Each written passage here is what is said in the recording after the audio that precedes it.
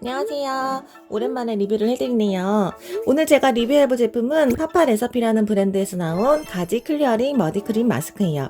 파파레서피는 원조 창업보유센터의 작은 사무실에서 아빠가 만든 화장품이라는 이름으로 첫 자본금 200만원으로 시작을 했고요. 첫째 아이의 아토피를 치유하기 위해서 천연 재료로 만든 호호바 오일에서 시작해서 이 소문으로 사업이 확장되면서 파파레서피라는 브랜드명으로 변경되었어요. 파파레서피에 괜찮은 제품들이 몇 가지가 있는데 그 중에서 가장 대표적인 가지 클리어링 머디크림 마스크를 구매를 했고요.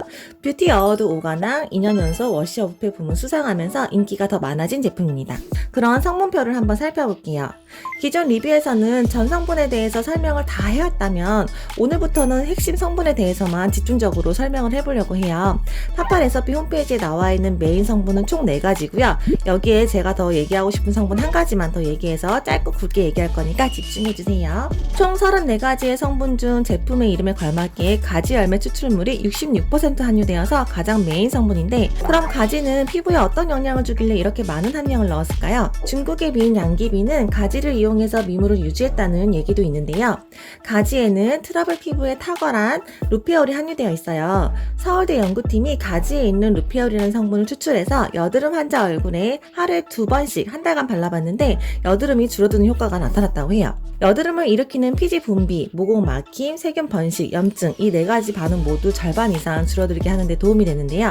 중요한 건 가지에서 루페올을 효과적으로 추출해내는 기술일 것 같아요. 가지 추출물이 화장품에 배합되었을 때에는 트러블 억제뿐만 아니라 피부에 활력을 부여하는 컨디셔닝 역할을 하고 외부 물질에 대한 저항, 면역을 향상시켜서 건강한 피부 관리를 하는 데 도움이 됩니다. 두 번째 대표 성분인 호두 껍질 가루는 각질 제거제에 많이 들어가던 미세 플라스틱 대체 성분으로 피부 표면에 축적된 각질을 저자극으로 제거하여 매끄러운 피부 관리에 도움이 돼요. 세 번째 대표 성분인 자작나무 수액은 약수로 불리면서 예로부터 널리 애용되어 왔던 기한 약재로 성질이 차가워서 열을 내리고 습을 없애주며 항염, 항알러지 효과가 있어요. 민감 피부에도 사용할 수 있는 안전한 성분으로 대체로 수분감이 좋은 스킨, 앰플, 크림 등에서 많이 찾아볼 수 있는 성분입니다.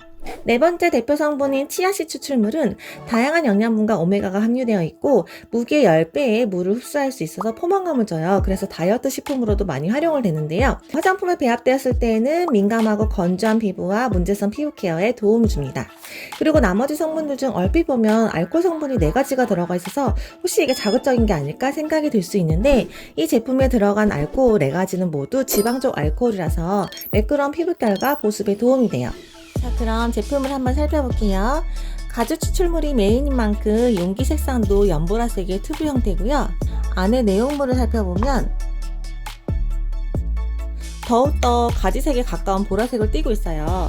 그리고 제형은 약간 생크림하고 진흙의 중간쯤 되는 아주 고운 제형이에요. 그리고 호두 껍질 가루가 들어가 있어서 펴바르다 보면 매우 부드러우면서도 아주 미세한 알갱이가 부분적으로 느껴지는데 자극적인 느낌은 아니에요. 얼굴에 펴바르고 10분에서 15분 정도 경과 후에 미온수로 가볍게 문지르면서 씻어내는데요.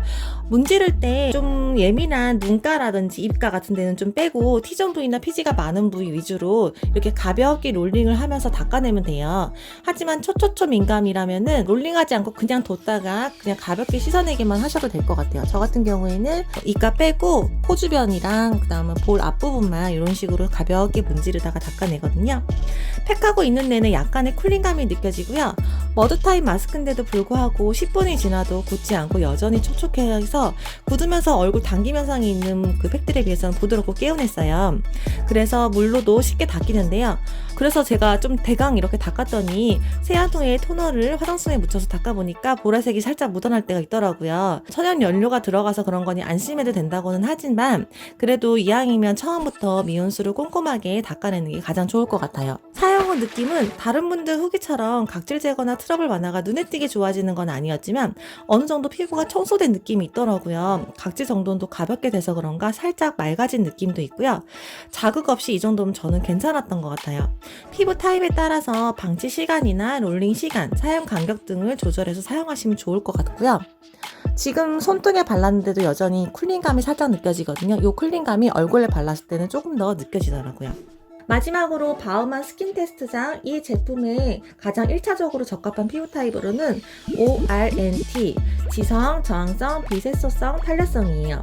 사용 후 촉촉함이 남아있긴 하지만 1차적으로는 지성 피부 타입이 더 적합해 보이고요. 자극이 될 만한 성분은 없으나 미세 알갱이가 있기 때문에 저항성, 그리고 주름 미백 기능성은 아니기 때문에 비색소성과 탄력성으로 넣었습니다. 각질과 모공 속 정리를 하고 나면 그 이후에는 꼭 보습이 더 중요한 거 아시죠? 꼭 촉촉한 보습 충전을 해주셔야 돼요. 오늘도 제 개인적인 리뷰를 들어주셔서 감사하고요. 영상이 유익하고 조금이나마 도움이 되셨다면 구독과 좋아요 꼭 눌러주세요. 감사합니다.